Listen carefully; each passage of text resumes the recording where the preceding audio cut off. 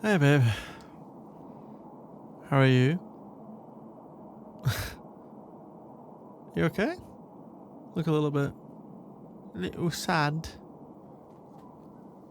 You're fine? But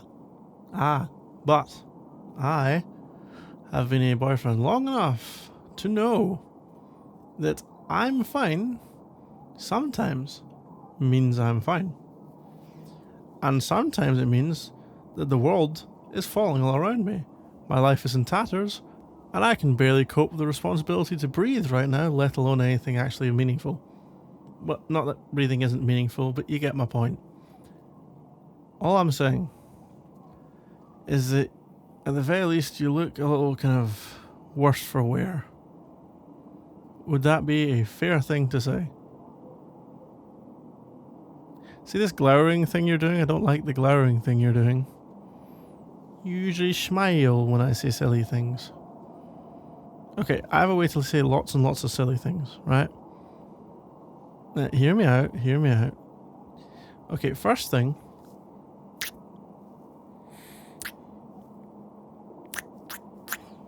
Okay. First thing is that. Second thing is I have an idea. Let me get my phone out. I don't see such a thing exists. Okay, and yes, we do have one. Excellent. An online repeating stopwatch. So here's the plan, okay? I'm going to rant about whatever comes into my head. Now, when I do this, the bit that keeps it fun for you is every 30 seconds, I will stop my rant by mentioning how it means that I love you. Okay? That's the plan. So I'll be talking about something that will curve into, and that's why I love you, or there's another factor as to why I love you, or you're my favoritist this thing and therefore I love you, or whatever it's going to be, okay? Except instead of slightly jokey, I'll try and make it sincere, that brief second of sincerity before going back to whatever I was talking about. See, you're already smiling a little bit. I've got you smiling just a little bit. Come on, it'll be fun. The only question is, what topic am I going on? We'll give me a few rounds of each topic. Okay, let's say... Oh, haha. That's so funny. Fine. You jokingly say it because you know I talk about it all the time, but I actually am going to talk about the next Tottenham manager. How about that? You sarcastic so-and-so. So when this timer goes off, it's going to prove that I love you. What is also proven to be loved by me is Tottenham Hotspur, though it's very hard to explain why, because at the end of the day, it is an extremely frustrating club to support. No reason more so than our best manager in recent seasons has now walked off to Chelsea, with our club having not contacted them for our vacant managerial job. Isn't that wonderful? Isn't that shiny bright? He gave us so many good times in a period of time where he didn't have any money to compete with or anything, but he still gave us absolutely brilliant times, which admittedly contributed to why I love you. And during those brilliant times, he improved so many of our really, really top players. Or, well, they weren't top players, that's the point. He improved them into the point of being top players. And so now, we've not got that guy back. We've had some disastrous hires. And, you know, hired some big name managers who are going to win all of the things. And then they didn't win all the things. And then they hated kind of us. And, you know, it just didn't work out. It was a terrible idea and we shouldn't have done that. But, you know, the one thing I'm sure we should have done is fall in love with you, because I'm in love with you and you're wonderful. So, with that in mind, now it's time for us to hire a new manager. And our star player is going to leave this summer, or he's going to leave next summer, and we have to hire a really, really good new manager and have things going in a very positive direction to have any chance of that star player wanting to stick around. He really shouldn't stick around, but there's a very small possibility he might decide to. Now, for him to stick around, we need to hire a really good manager, and the problem with that is there aren't very many good managers, and it's just really quite upsetting at this point. What's not upsetting is the fact that I love you. Now, at the end of the day, we've talked to a few good managers. There was our ex-manager who was available, who's now gone to one of our biggest rivals, which is very depressing. There's also another guy, a German guy, who, very good manager, we're not getting him either because the club refused to talk to him because of PR nonsense, and it's very, very silly. There's another guy who we did go and talk to. We flew all the way out to Holland only to find out that the club didn't want to let go of them. We didn't want to pay the price they wanted to pay, unlike the price I'll pay to be in love with you, which is not very much because you're so wonderful and perfect. Now, that manager who we had to pay a certain price for, we knew they wanted a lot of compensation for him, and yet we didn't seem to feel like paying it, which is bizarre considering, again, as I say, we knew it was going to be a problem, and he seemed to be our number one option. So now we seem to be floundering about with no real idea of what we're doing, and it's the second time we've done this in not many years. In 2021, we were also floundering about hopelessly and ended up appointing a completely hopeless manager who only lasted a little while. Unlike us, we're going to last forever because I love you. But the good news is that, we're going to learn from our lessons. Oh wait, no, we're not. We are making the same mistake. We're now going to go, it seems, at this moment in time, we're going to go for the manager of a club who, a Scottish club. And you'd think I might like that, except for the fact that I don't remember the last manager of this club who's done well anywhere but this club, because this is one of the two clubs in Scotland that win everything by default, because they're just massively bigger than the other clubs. But nothing's bigger than our love, because I love you. However, one of the few things that would rival our love, it doesn't really rival our love obviously, but it might, is the ability of Tottenham to screw things up. I don't know how that would rival our love, but just go with it.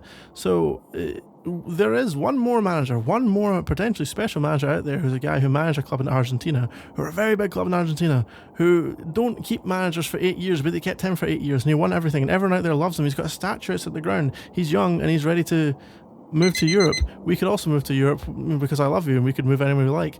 But with this guy, he could move to Europe, and he could be the next great big thing in, management, and we could be the club that give him a big chance in Europe despite him not having had experience in Europe before. So it could be a brilliant move. It would at least be a ballsy move. It would at least be something showing we're trying to do something different instead of just hiring another, a guy who screams mediocrity, which is what the rest of our list, to be perfectly honest with you, does. One thing that isn't mediocre is how much I love you, and you as a human being are less than mediocre. Not less than, more than mediocre. You're not mediocre. You're like removed from mediocre. But what would be mediocre is us hiring a manager who's never won anything outside of Celtic. And don't get me wrong, he could be a great manager, but I've got no idea because he's not done anything. He's managed in Australia, and on top of that, he's managed Celtic. There's no Celtic manager that's done anything since Martin O'Neill has looked even vaguely impressive. Unlike you, you're very impressive, and that's why I love you. It's not why I love you, but it's part of why I love you, because you impress me so much every day. But what really doesn't impress me any day at this point is Tottenham's higher management, because we seem to be absolutely blessed in our ability to screw everything up so goddamn always. And now we're probably going to hire some mediocre tosser like this guy from Celtic, or there's a couple of other guys who just scream, I never outperform my resources, right? And that's what a good manager does. You give them resource and they outperform it. Much like yourself, you outperform, just everyone else in the world every day, and that's why I love you. It's not why I love you, but it's part of the reason why I love you. We've said that already, and it's going to continue to be true for other factors of why I love you. One factor that isn't making me love Tottenham right now is the complete disorganisation with its manager search seems to be going on, because we don't seem to have a clue what we want. We don't seem to have a clue which guy is the guy, but I do hope that at the last minute we look around and see, oh look, this is really potentially special. It might not be special, it might not work out, but at least be something worth trying. Something that will work out is our love, of course, and it's always worth trying things with you. And this is why I'm trying this thing with you, because maybe you'll like it, and maybe this will be some sort of running theme that we can go for, because at the end of the day, I don't really see anyone else trying to do this kind of thing. I really do think this is hopefully a unique idea, because it seems like a possibly terrible idea, and it really hinges on the idea of me being a rambler who can ramble incessantly. And one thing I can absolutely guarantee is that no one's going to be able to do it with the speed or consistency I can do it. The speed and consistency of our love, of course, is also unmatched. The speed might not be a good thing necessarily when you think about it in certain contexts, but we're going to move away from that as well. Now, you might think it's impressive that I managed to ramble on like this for nearly 10 minutes now. Actually, it's not nearly 10 minutes, because let me think about it. Yeah, I started not 10 minutes ago, but the next Tottenham manager might not last 10 minutes if we don't get the right person. And again, I'm just so sick to death of the feeling that we're going to hire another Nuno, another guy who's out in about 80 days. Of course, our love will last much longer than 80 days because, of course, we are so brilliant and so special, and I'm just happy to be with you and be a part of your wonderful life.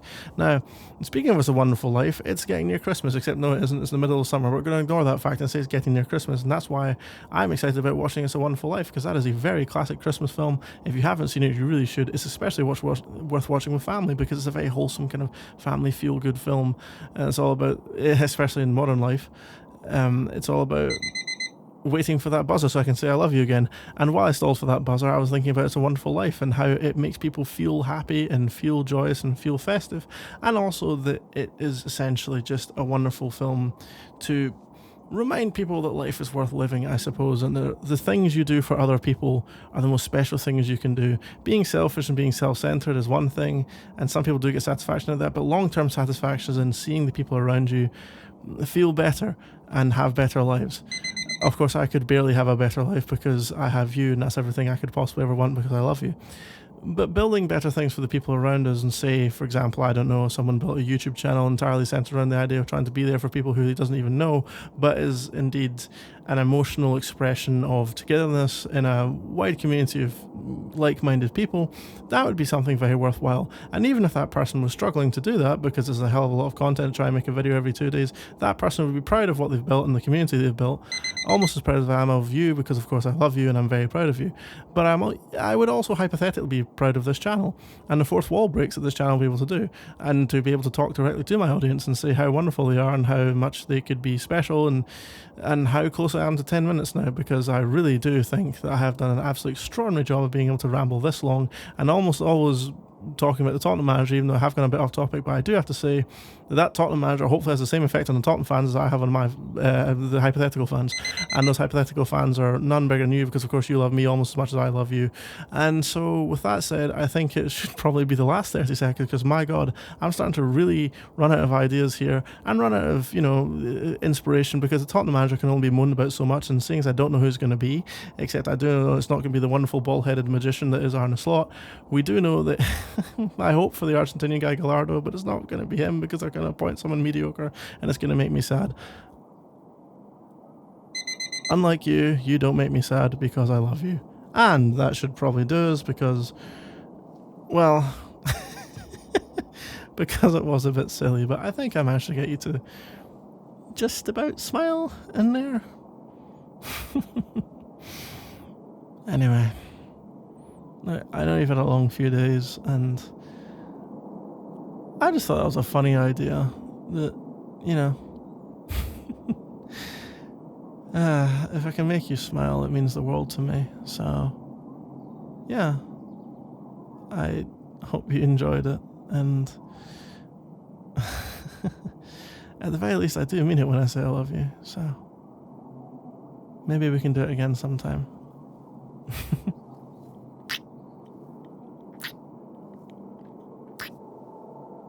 Oh, I nearly forgot something really important. No, not with you, with the Tottenham manager. Okay, but this is actually funny. Give me a second. So Gallardo, I'm probably saying that right, but wrong, by the way. Gallardo? I don't know. Anyway, I just saw a tweet that I thought was funny, which is a guy saying that he was looking up who Gallardo is because of the links to him, and he looked up his Wikipedia entry and had an amazing line in it, and it does indeed. And that line is, he had a little interest in football during his early years and preferred flying kites. And I don't know why that makes me laugh as much as it does. There's just something so funny about this idea of this football manager just secretly being like, if only I could fly kites. Anyway. The kite man, the legend. Screw this football idea. Wee, a kite. Alright. Love you.